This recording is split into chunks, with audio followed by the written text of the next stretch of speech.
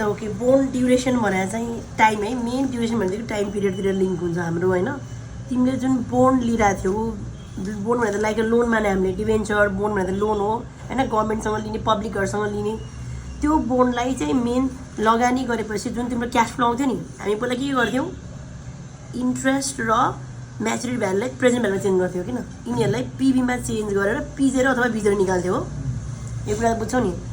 यो V0मा V0लाई होइन बाट आउने इन्कमहरू बोन्डमा लगानी गरेपछि बोन्डबाट प्राप्त हुने इन्ट्रेस्ट र म्याचुरिटी भ्याल्युको रिटर्न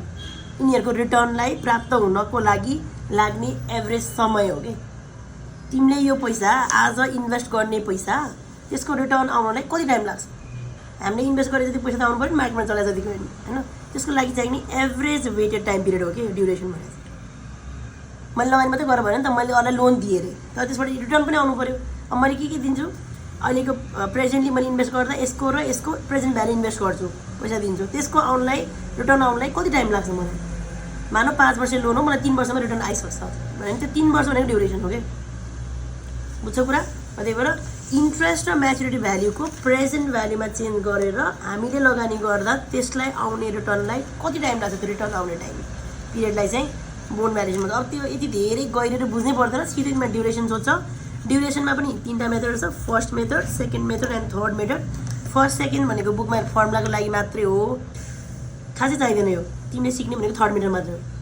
क्वेसनले पनि सोध्ने ड्युरेसन निकाल भने तिमीले यो फर्मुला आउने हो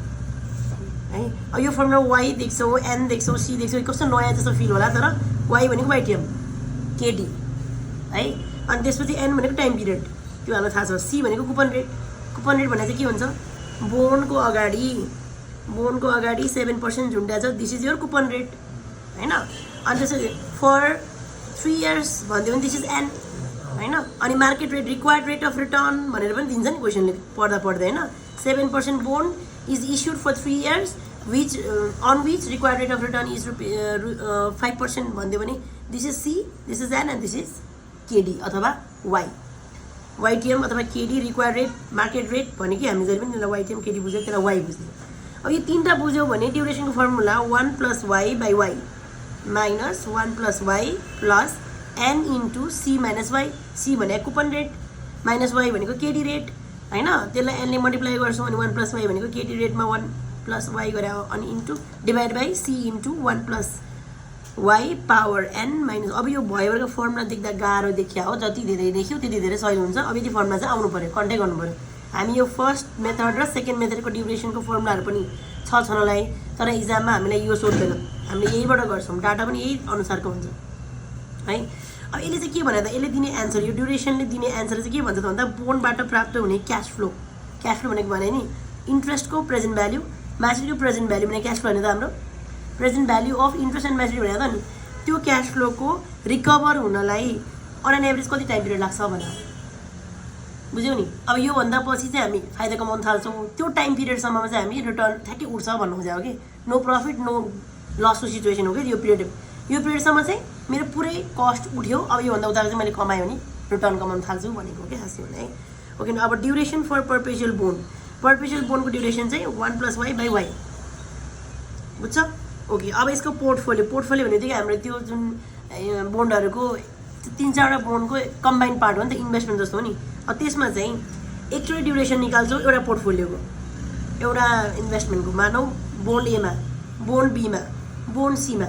हो त्यसो गर्दा 4-5वटा बोन्ड छ अरे मानौ भने तिनीहरूको वेट दिएको हुन्छ कि क्वेसनले यसको ड्युरेसन इन्टु वेट हरेक पोर्टफोलियो भने चाहिँ 3-4वटा इन्भेस्टमेन्ट हुन्छ भनेर बुझ्ने हो कि bond A bond B bond सीमा मैले इन्भेस्ट गरेको छु अब यसको पोर्टफोलियो निकाल भन्यो भने इन्डिभिजुअलको ड्युरेसन निकाल्छौँ हामी पहिला अथवा क्वेसन त्यही हुनसक्छ वेटेड क्वेसनले त्यहाँ हुन्छ 70% बोन्ड एमा 20% बोन्ड बीमा 10% बोन्ड सी भन्यो नि तिनीहरूको 0.7 0.1 0.2ले इच ड्युरेसनलाई मल्टिप्लाई गर्यो भने हाम्रो पोर्टफोलियो आउँछ है अर्को एउटा इम्पोर्टेन्ट ड्युरेसन अर्को इम्पोर्टेन्ट पार्ट चाहिँ यो कहिलेकाहीँ आउँछ कहिलेकाहीँ आउँदैन रहेछ होइन मोडिफाइड ड्युरेसन नै आउँछ ड्युरेसनको मोडिफाइड ड्युरेसन त्यही भएर यसमा चाहिँ के भन्छौँ डिएम भन्छौँ माथिको डी यसलाई हामी डी भन्यौँ बाई 1 + y 1 + y भने के हो केडी त्यति गऱ्यो भने के आउँदो रहेछ मोडिफाइड आउँछ अब यसले चाहिँ के भन्छ त यो मोडिफाइड ड्युरेसन भन्दा यदि वाइटिएममा तिम्रो जुन मार्केट रेट अफ रिटर्नमा 1% चेन्ज गर्यो भने तिम्रो प्राइसमा कति चेन्ज हुन्छ भनेर यसले भन्छ यो मात्र 1% बढाउँदा तिम्रो प्राइसमा कति पर्सेन्टले बढ्छ भनेर हेर्ने चाहिँ मोडिफाइड ड्युरेसन है।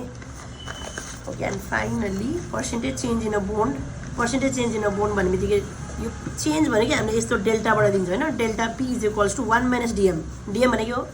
मोडिफाइड ड्युरेसन भर्खर निकालेको इन्टु वाइटिएम। वाइटिएममा पनि चेन्ज इन वाइटिएम। पहिला केडी मेरो 7% थियो, अहिले बढेर 8% भयो भने चेन्ज कति भयो 1% भयो। 1% यहाँ हाल्छौँ, -1 यो भयो। डिएम चाहिँ क्वेसन यहाँ निकाल्दा कति आयो एन्सर, यो एन्सर यहाँ राख्छौँ अनि यो आउँछ percentage change in bond price हो। अनि अर्को कुरा यो मैले अस्ति पनि पढाएको थिएँ, फेस भ्याल्यु र present market value price same छ भने YTM is equals to coupon rate हुन्छ भन्ने कुरा पढाएको थियो। त्यो लजिक यहाँ पनि लाउनु पर्ने हुन्छ हामीले। कहिलेकाहीँ क्वेसनले कुपन रेट दिन्छ वाइटिएम दिन्न के। अनि अहिले मार्केटमा चाहिँ यो 1000 रुपियाँमै बिकिरहेछ भन्यो भने फेस भ्यालु 1000 हो भने तिम्रो वाइटिएम पनि त्यही कुपन रेटै राख्नुपर्छ भन्ने कुरा चाहिँ बुझ्नु पऱ्यो। यो हामीले अघि पनि पढाएको थियौँ, यसमा नि याद गर्नुपर्छ है त। ल ओके, ड्युरेसन भनेको फर्मुला यति मात्रै हो। अब यसमा मेन सम्झनुपर्ने फर्मुला चाहिँ यो मात्रै हो कि खास, यो र अनि मोडिफाइडवाला सम्झ्यो भने यो एउटा, दुईवटा एन्ड तीनवटा सोध्यो भने यतिसम्म सोध्छ। पर्सेन्टेज चेन्ज सोध्ला, मोडिफाइड र ड्युरेसन सोध्ला। ड्युरेसन चाहिँ मोस्टली सोधिरहेको हुन्छ क्वेसन है त। Okay thank you.